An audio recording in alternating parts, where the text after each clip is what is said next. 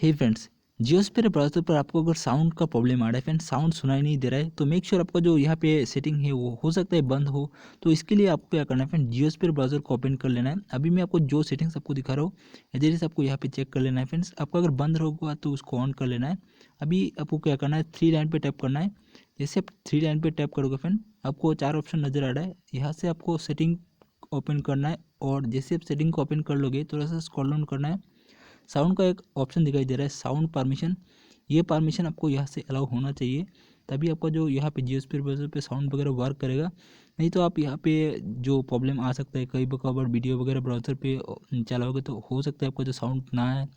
कई कभार यहाँ पे जो नोटिफिकेशन वगैरह का साउंड भी आता है तो वो हो सकता है यहाँ पे ना वर्क ना करे। तो कुछ इस प्रकार आप इसको एनेबल ही रखें फ्रेंड्स। यहाँ पे अगर बंद है तो इसको अलाउ कर दें।